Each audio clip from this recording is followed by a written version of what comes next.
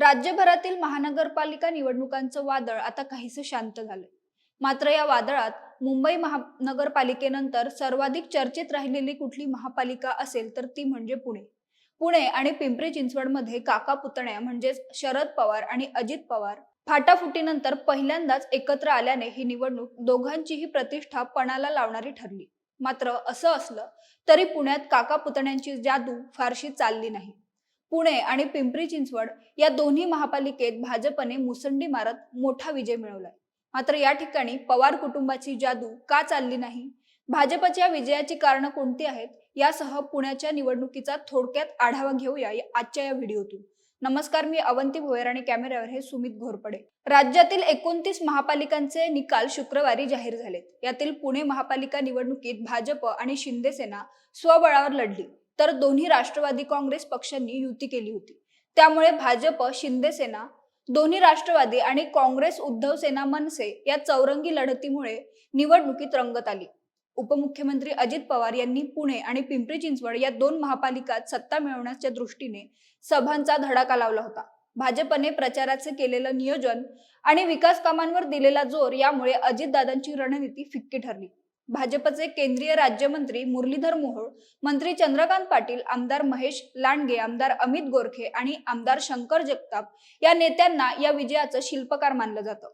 पुण्याची ही निवडणूक अनेक अर्थांनी वैशिष्ट्यपूर्ण ठरली असून यात अनेक दिग्गज उमेदवारांना मतदारांनी धूळ चारल्याचं बघायला मिळालं. यावेळी भाजपने जुन्या 52 नगरसेवकांना तिकीट नाकारून नव्या दमाच्या अर्थात जेनझी श्रेणीतील उमेदवारांना रिंगणात उतरवलं आणि मतदारांनी त्यांना भरभरून प्रतिसादही दिला. यावेळी प्रभाग रचनेत मागील निवडणुकीपेक्षा काही प्रभागांची संख्या वाढली होती. अर्थात याला महानगराची वाढलेली हद्द आणि महापालिकेच्या कक्षेत आलेली समाविष्ट गावं ही कारण होती. शिवाय सहसा ग्रामीण भागात भाजपचा वरचष्मा नसल्याचंही बोललं जात होतं. मात्र या निवडणुकीतील भाजप उमेदवारांनी समाविष्ट गावातील प्रभागात देखील जोरदार विजय मिळवल्यानं या गावातील मतदार भाजपच्या पाठीशी असल्याचं स्पष्ट झालंय. खरं तर पुणे महानगरपालिकेची निवडणूक टीका टिप्पणी आणि आरोप प्रत्यारोपांनी चांगलीच गाजली. अजितदादांनी तर भाजपवर गंभीर आरोपही केले होते. यावरून विरोधकांकडून त्यांच्यावर वारंवार टीकाही करण्यात आली. मात्र जनतेनं याकडे फारसं लक्ष न देता विकासावर मतदान केलं. त्यामुळे शरद पवार आणि अजित पवारांचं सत्ता मिळवण्याचं स्वप्न भंग पावलं.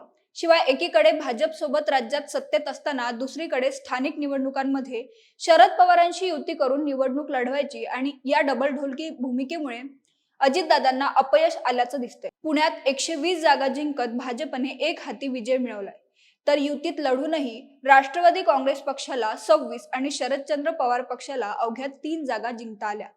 शिवाय 15 जागा काँग्रेसला तर 1 जागा उबाठा गटाला मिळाली. पुण्यात दोन्ही राष्ट्रवादींची घसरण झाली असून भाजपने हा गड आपल्याकडे खेचून आणलाय. पुणे जिल्ह्यात भाजपला मात देण्यासाठी अजित पवार यांनी काकांशी युती करण्याची शक्कल लढवली खरी, पण ती फारशी प्रभावी ठरली नाही. एकूणच राज्यातील महापालिका निवडणुकांमध्ये शरद पवार यांच्या पक्षाचीही वाताहत झाल्याचं दिसतं. विधानसभा निवडणुकीपासून सुरू झालेली त्यांच्या पक्षाची घसरण महापालिका निवडणुकांमध्येही कायम होती. त्यामुळे शरद पवारांना पक्षाचं अस्तित्व टिकवण्यासाठी बरीच मेहनत घ्यावी लागेल असं दिसतंय. आता दोन्ही पवारांची ही युती फक्त निवडणुकीपुरतीच मर्यादित होती की पुढेही कायम राहणार याबद्दल उत्सुकता आहेच. शिवाय आगामी महानगरपालिका निवडणुकांमध्येही अजितदादा शरद पवारांना सोबत घेण्याचा विचार करतील का, याकडेही सर्वांचंच लक्ष लागून आहे. तुम्हाला या सगळ्याबद्दल काय वाटतं ते कमेंट करून आम्हाला नक्की कळवा आणि महाएमटीबीच्या YouTube चॅनलला सबस्क्राईब करा. धन्यवाद.